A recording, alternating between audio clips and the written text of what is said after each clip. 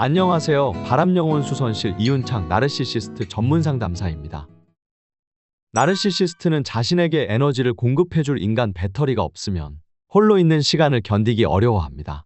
나르시시스트가 혼자 있는 시간은 보통 우리가 예상하는 휴식과는 거리가 먼데요. 나르시시스트의 휴식 시간은 어떤 모습인지 하나씩 살펴보겠습니다. 첫 번째로 그들은 주의를 딴 데로 돌립니다. 나르시시스트에게 홀로 있는 고요한 시간은 마치 자동차의 연료가 떨어진 것처럼 그들의 에너지를 고갈시킬 것인데요. 그래서 그들은 이런 불안함을 피하려고 끊임없이 주의를 딴 데로 돌리려 노력합니다. 끝없이 TV 시리즈를 몰아보거나 유튜브를 무한 스크롤하거나 게임에 몰두하며 자신을 분주하게 만들죠.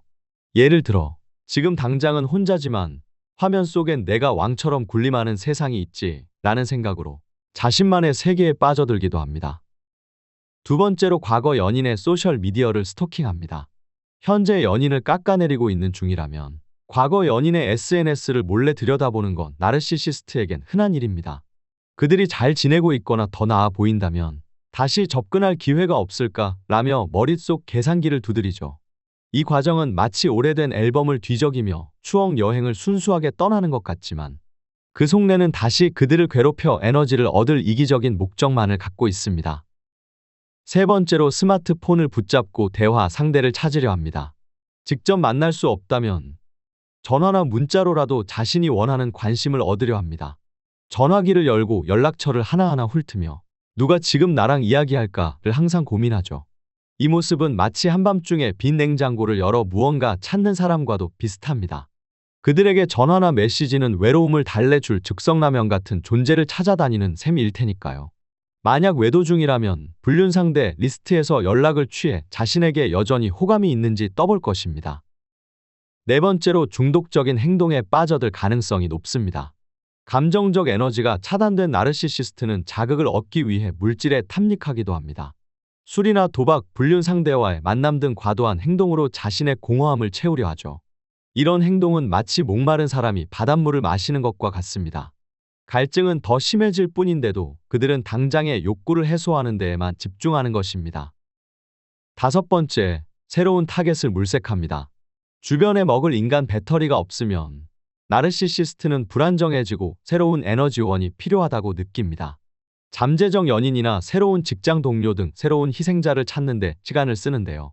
이 과정은 마치 사냥꾼이 새로운 먹잇감을 찾는 것과 같습니다.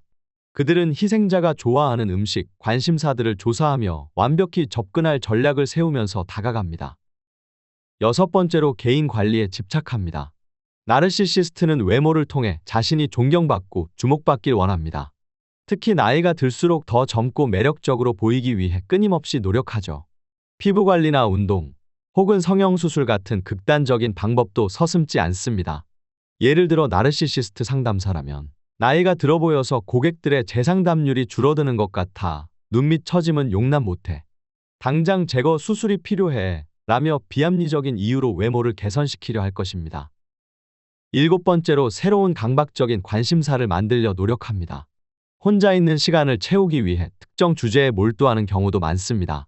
새로운 기술을 배우거나 정보를 탐닉하며 자신을 항시 바쁘게 만들죠.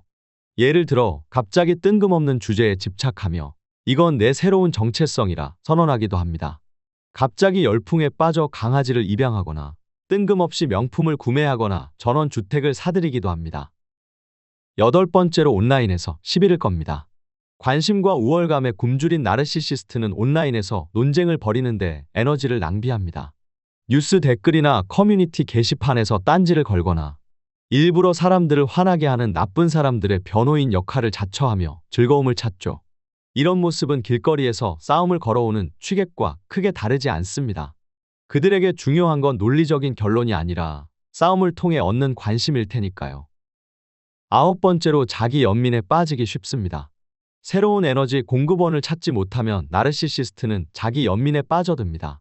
마치 방 안에 틀어박혀 과거의 불행을 되새기며 세상이 왜 나에게만 이렇게 가혹한가를 반복합니다. 이들은 자신이 얼마나 억울하고 불쌍한 존재인지 되뇌이며 스스로를 위로하려 할 겁니다. 열 번째로 복수를 계획합니다. 홀로 남겨지면 자신을 버림받은 피해자로 설정하고 자신을 홀대한 이들에게 복수를 다짐합니다. 그들의 복수는 극단적으로 치달을 수 있는데, 예를 들어 그 사람 차를 긁어놓고 도망가야지, 허위 신고로 곤란하게 만들어야겠다는 식의 계획을 세우곤 합니다. 이런 행동은 마치 어린아이가 장난감을 빼앗겼을 때 엉뚱한 방법으로 복수를 꿈꾸는 모습과 같은데요. 이렇게 나르시시스트의 혼자 있는 시간은 단순한 고독이 아니라 끊임없는 에너지 공급을 위해 몸부림치는 시간입니다. 그들은 끝없이 자신의 공허를 채우려 노력하겠지만 비뚤어지거나 파괴적인 방식으로 이루어질 것입니다. 만약 나르시시스트로 고통을 받고 계시다면 네이버 바람영혼 수선실 카페로 들어오셔서 여러 나르시시스트 대처 글들을 읽어보시기 바랍니다. 이상으로 오늘의 영상을 마치도록 하겠습니다. 시청해주셔서 감사드립니다.